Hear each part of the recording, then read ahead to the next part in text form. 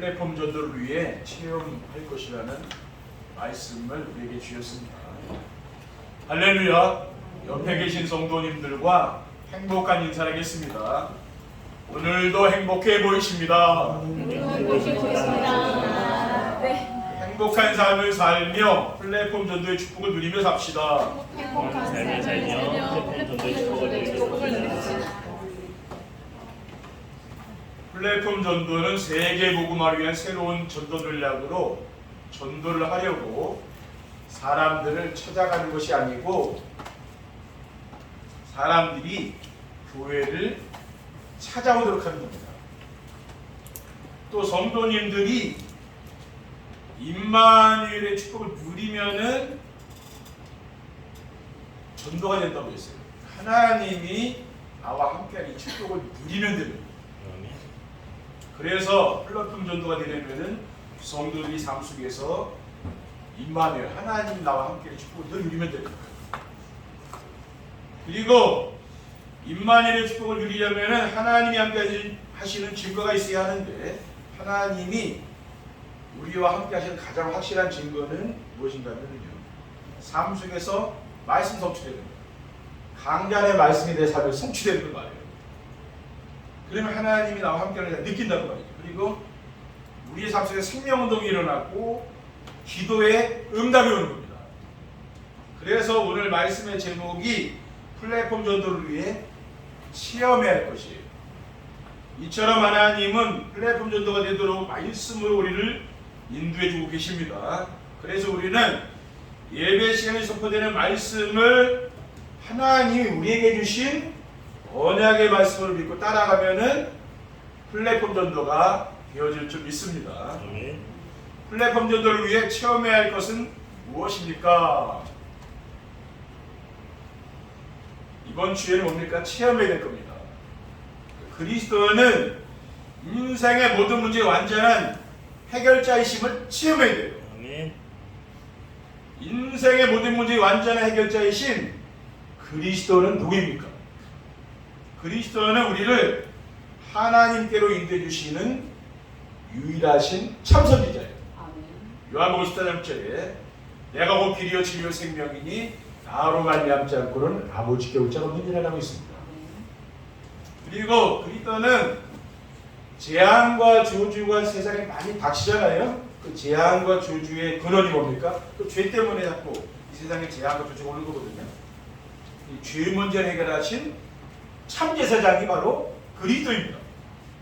베드로전서 3장 18절에 그리스도께서도 단번에 죄를 위하여 죽으사 의인으로서 불의한 자를 대신하셨으니 이는 우리를 하나님 앞으로 인도하려 하십니다. 육체로는 죽임을 당하시고 영으로는 살리심을 받으셨다고 했습니다.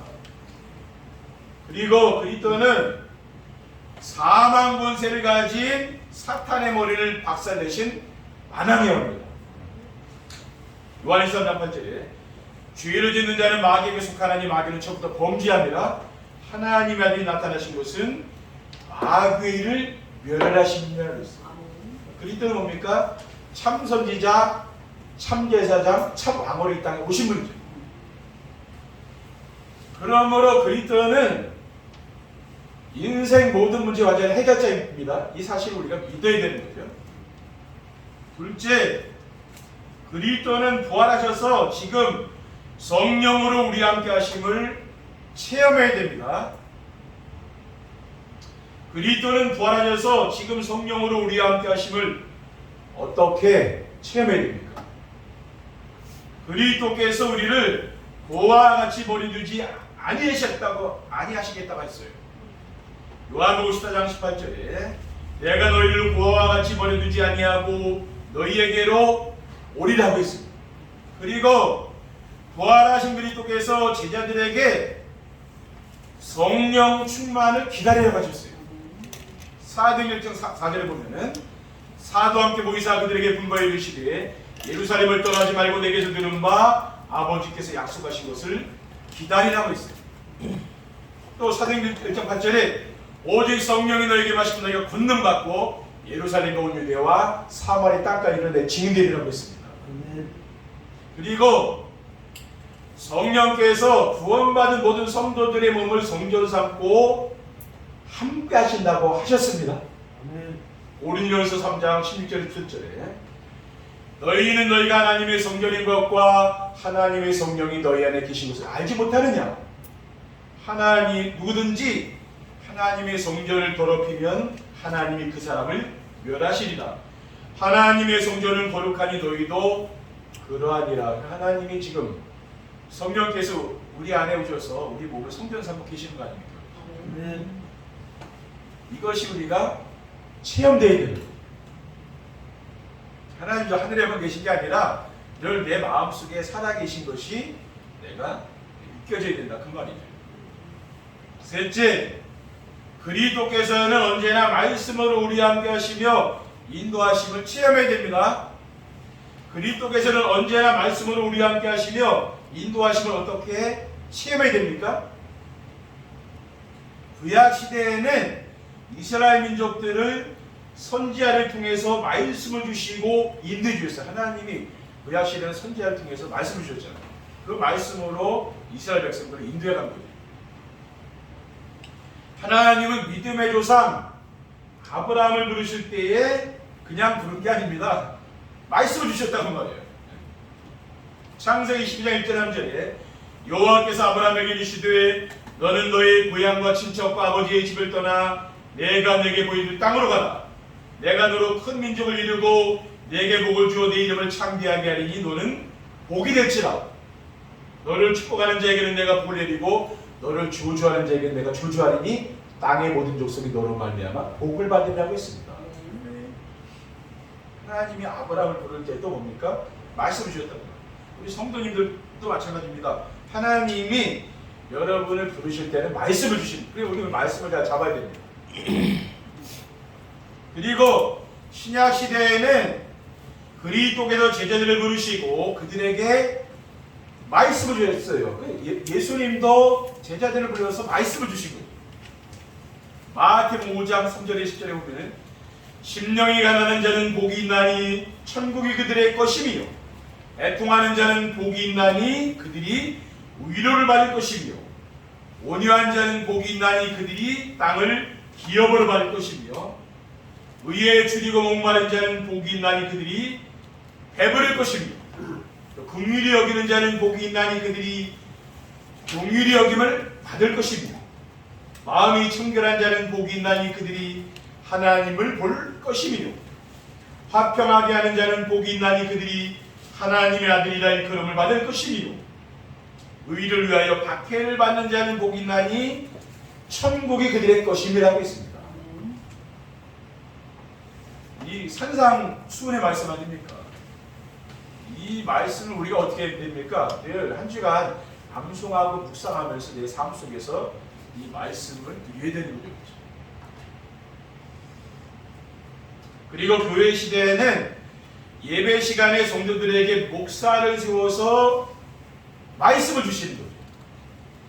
에베소서 4장 11절에 12절에 그가 어떤 사람은 사도로 어떤 사람은 선지자로 어떤 사람은 복음 전하는 자로 어떤 사람은 목사와 교사로 삼으셨으니 이는 성도를 온전하게 하며 봉사일을 하게 하며 그리스도의 몸을 세우려 하심이라고 했습니다. 또 히브리서 4장 12절에는 하나님 말씀은 살아있고 활력이 있어 좌우에 나선 어떤 검보다 얘기하여 혼과 영과 및 관절과 구슬을 찔러 쪼개기까지 하며 또 마음의 생각 같은 것을 판단한다고 했어요. 하나님은 이 예배 시간에요 우리에게 말씀을 주시잖아요. 또 우리 이 말씀을 붙잡고 살아야 되는 거죠.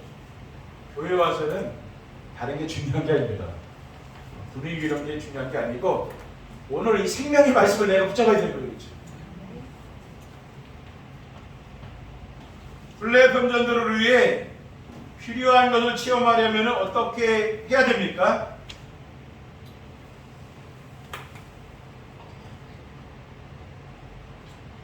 말씀 안에서 자신과 그리스도의 관계를 바르게 이해하고 믿어야 됩니다. 그리스도와 나는 무슨 관계인가? 그것을 알아야 될 거 아니에요. 그렇죠? 말씀 안에서 자신과 그리스도의 관계는 어떤 것입니까? 자신이 죄인이라는 사실을 인정하고 고백해야 되는 거죠. 로마서 3장 23절에 모든 사람이 죄를 범하였음에 하나님의 영광에 이르지 못했다고 했습니다. 또 로마서 6장 23절에 죄의 삭슨 사망이요 하나님의 은사는 그리스도 예수 우리 주 안에 있는 영생이라고 했어요.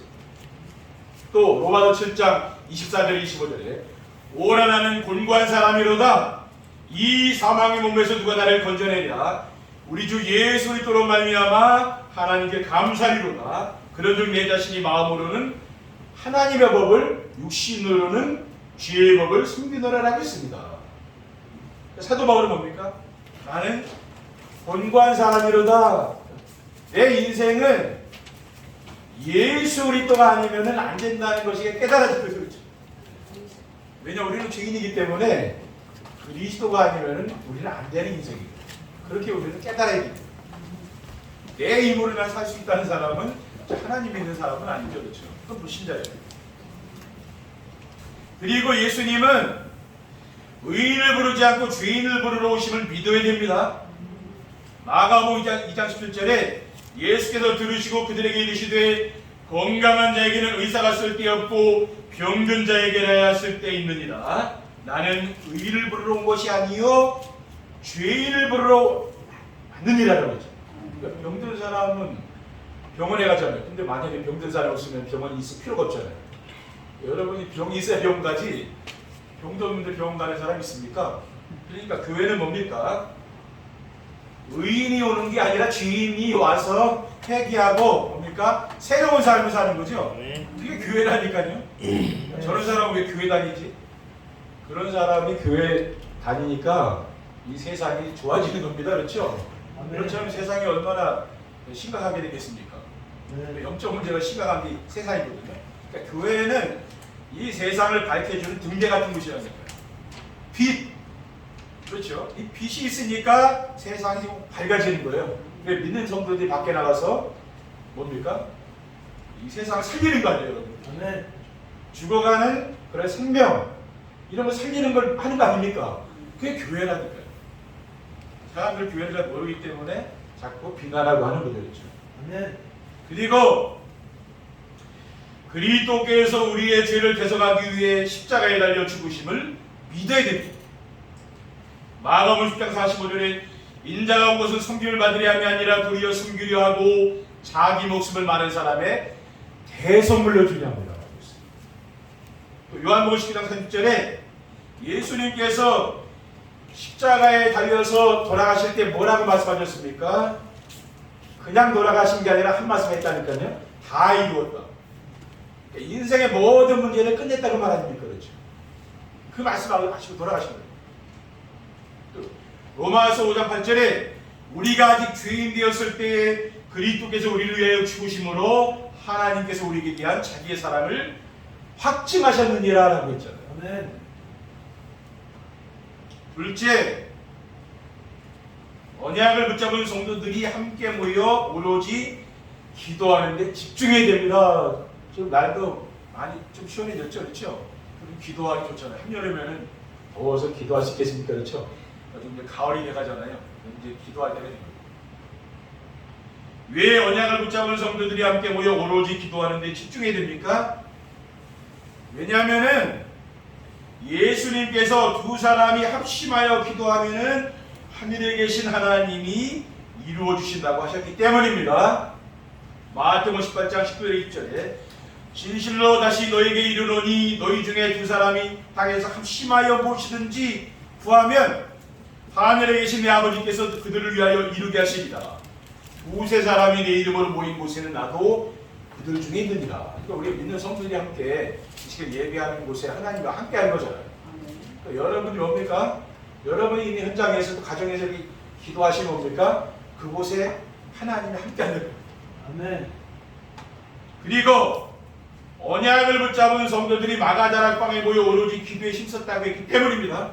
아멘. 사도행전 1장 13절 14절에 들어가 그들이 유하는 다락방으로 올라가니 베드로, 요한, 야고보, 안드레와 빌립, 도마와 바돌레메, 마테오 및 알페오의 아들 야고보, 셀롯인 시몬, 야고보의 아들 유다가 다 거기 있어 예수의 어머니 마리아와 예수의 아우들과 더불어 마음을 같이 오로지 기도에 힘쓰니라. 그 마가다락방에 모인 성도들이 120명이 모인 성도들이 기도했을 때 거기에 성령 충만의 역사가 나타났잖아요. 그렇죠? 그러니까 우리가 모여서 예배하고 기도할 때 거기도 역사가 나타난다. 마가다락방의 오순절날 성령 충만의 역사가 일어났기 때문입니다. 사도행전 2장 1절에 하더니 오순절 날이 이미 이름에 그들이 나같이 한 곳에 모였더니 우연히 하늘로부터 급하고 강한 바람 같은 소리가 있어 그들이 앉은 온 집에 가득하며 마치 불의 여처럼 갈라지는 것들이 그들에게 보여 각 사람의 하나씩 임하여 있더니 그들이 다 성령의 충만함을 받고 성령이 말하게 하심을 따라 다른 언어들로 말하기를 시작하니라.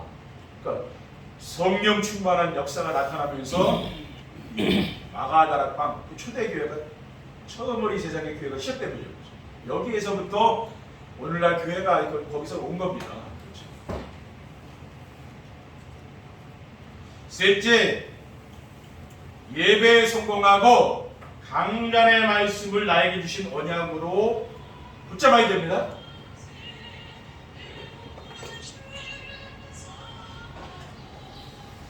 예배에 성공하고 강단 말씀을 나에게 주신 언약으로 붙잡으려면 어떻게 하면 됩니까? 말씀 안에서 언약 미션 비전의 말씀을 붙잡아야 됩니다. 우리 교회는 뭡니까? 언약 미션 비전이라는 게 이게 말씀이 있어요.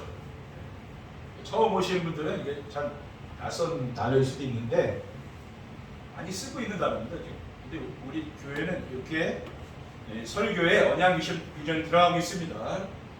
강단에 선포되는 하나님이 주신 언약을 붙잡으면은 하나님이 함께 하시는 임마누엘 축복드립니다. 언약은 그리스도죠. 그러니까 그리스도의 언약을 붙잡은 사람과 하나님 함께 하신다는 말이에요. 그러면은 그 임마누엘인데요. 그리고 하나님 나와 함께 하시면 말씀 성취가 돼요. 우리 삶의 현장 가면은 이 말씀이 성취된다. 하나님이 주신 미션을 순종하면은 임마누엘의 축복을 누림으로 구원의 역사가 일어납니다. 그러니까 하나님 우리 강단을 주게 주신 미션도 실천할 거 있거든요.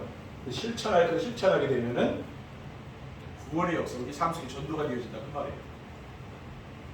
하나님 주신 비전을 붙잡고 기도하면은 기도응답의 축복드립니다.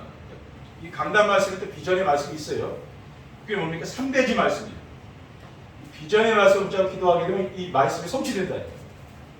1대지에서는 언약, 2대지에서는 미션, 실천할 것, 3대지에서는 기도 제목, 이렇게 지금 강단 말씀이 이렇게 형성이 되어 있다니까요.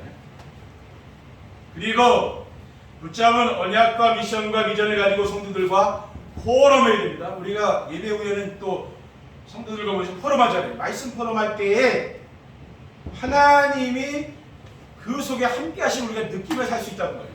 그러니까 포럼을 안 해보면은 알 수가 없잖아요. 근데 포럼을 하게 되면 우리 현장에서도 성도들 만나서 포럼하면은 하나님 말씀을 이렇게 우리 함께 하시면 이런 느낌을 산다는 거예요. 초대교회 성도들은 사도행전 2장 42절에 그들이 사도의 가르침을 받아 서로 교제하고 떡을 떼며 오로지 기도하기를 힘쓰니라. 초대교회 성도들 어떻게 신앙생활을 했습니까? 사도들이 강단해 주신 그 말씀 있잖아요. 그걸 붙잡고 교제했다고, 포럼했다는 거예요. 처음 포럼 문화는 어디서 나왔냐면은 초대교회에서 나온. 이게 세상에서 포럼 많이 하잖아요. 세상 사람들도. 그게 교회에서 온 거라니까요. 공사주의도 어디서 왔습니까? 그 초대교회에서 온 거예요. 그 사람들이 이거 가져간 거거든요. 칼막스가. 그러니까 모든 게 어디서 나왔냐면 성경에서 온 거예요. 세상 사람들이 지금 하고 있는 것도 성경에서 온 거라니까요. 그리고 붙잡은 언약과 미션과 비전을 현장에서 사람들에게 전달해야 됩니다. 하나님이 강단을 통해 우리에게 주신 말씀을 지인들에게 전달하게 되면 어떻게 됩니까? 삶의 현장에서도 하나님이 함께 하시는 느낌을 살아요. 왜? 그게 말씀으로 하나님 함께 하는 걸 내가 느낀다는 거예요. 사도행전 5장 42절에 그들이 날마다 성전에 있든지 집에 있든지 예수는 그리스도라고 가르치기와 전도하기를 그치지 아니했다고 그랬어요. 초대교회. 결론입니다. 플랫폼 전도를 위해 필요한 것을 체험하면 어떻게 됩니까? 우리가 필요한 것을 체험하게 되면요, 세상에 염려의식 걱정이 없게 됩니다. 그리스도께서 내 인생의 모든 문제의 해결자임을 믿고 부활하신 그리스도께서 보혜사 성령으로 우리와 함께 하심을 믿으며 말씀으로 우리와 함께 하시며 인도하심을 체험하게 되면은 염려의식 걱정이 없어진다. 그리고 두려움 있잖아요. 불평불만 이런 게 없어진다니까요. 둘째, 마음과 삶의 현장에 하나님 나라가 이루어집니다. 세상 염려의식 걱정이 없어지고 불평불만과 원망이 사라지면은 마음과 삶의 현장에 하나님 나라가 이루어지니까 하나님 나라가 이루어지니까 그게 없어지죠. 그냥 없어지는 게 아니라. 그러면은 어둠의 세력들이 무너집니다. 또 어둠의 세력이 무너지니까 평안과 기쁨과 감사와 찬양이 넘치는 삶으로 이렇게 변화가 된다니까요. 교회에 나올 때는 온갖 문제를 갖고 나왔는데 신앙생활하면 사람이 이렇게 변화가 되는데 이게 변화가 금방 됩니까? 금방 안 돼요. 옛 체질들이 잘 변화가 안 돼요. 근데 이게 하나님의 말씀을 계속 듣다 보면 어느 날 나도 모르게 변화된다니까요. 저도 마찬가지예요. 저도 인간 아닙니까? 똑같이. 로마서 14장 7절에 하나님 나라는 먹는 것과 마시는 것이 아니요 오직 성령 안에 있는 의와 평안과 희락이라고 했습니다. 우리 성도님들이 평안하게 사는 거 그거보다 더 좋은 게 어디 있어요? 그렇죠? 마지막으로 예배 시간이 정말 즐겁고 기다려지며 가장 행복한 시간이 됩니다. 염려, 음식, 걱정이 없어지고 마음과 삶의 현장에 하나님 나라가 이루어지면 흑암 세력이 무너지며 성령이 충만합니다. 그러니까 성령 충만하니까 예배 시간이 즐겁고 기다려지며 가장 행복한 시간이 되는 거예요. 또 강단 말씀을 날마다 듣는 정시 예배가 내 인생에 가장 소중한 게 돼요. 여러분이 이렇게 된다니까요. 이건 굉장히 좋은 거거든요. 이렇게 살면은 인생이 참 행복해요. 왜냐? 불신자의 삶하고 여러분 삶하고 비교를 해버려요. 그 사람들이 얼마나 인생이 복잡하고 힘들게 사는지 알 수가 없어요. 그렇죠? 싸우고 막 인생이 힘들다. 저는 그렇게 살기 쉽지 않습니다. 전 제일 싫어하는 게 싸우는 거예요. 제발 싸우지 말라고 항상 말려요. 왜냐? 평안하게 살아야 되잖아요. 그렇죠? 스트레스 안 받고 건강하게 사는 거예요. 시편 42편 1절에 하나님이여 사슴이 시냇물을 찾기에 갈급한 같이 내 영혼이 주를 찾기에 갈급하니라라고 했어요. 또 11절에 내 영혼아 네가 어찌하여 낙심하며 어찌하여 불안해하는가 너는 하나님께 소망을 두라 나는 그가 나타나 도우심으로 말미암아 내 하나님을 여전히 찬송하리로다 라고 했습니다. 여러분이 하나님께서 여러분 모든 걸 책임져 주시고 축복해 주시거든요. 그걸 믿으면 돼. 여러분이 그 순간순간 하나님 여러분을 은혜 주시고 여러분을 도와주신다는 게 믿어지면 되거든요. 그러면은 어떻게 됩니까? 정말 세상 사는 게 행복한 거예요. 여러분 오늘 교회 나오셨으니까 오늘 예배 시간에 은혜를 충만히 받으시고 여러분 삶 속에서 있는 모든 염려, 의식, 걱정 다 버리시기 바랍니다. 네. 기도하겠습니다. 사랑의 하나님 감사합니다. 오늘 주님께서 주신 언약 미션 비전의 말씀을 굳게 붙잡고 우리의 삶 속에서 하나님이 함께하는 임마누엘 축복을 누리며 평안하고 행복한 인생을 살아갈 수 있도록 축복해 주시옵소서. 우리 구주 예수 그리스도의 이름으로 기도하옵나이다.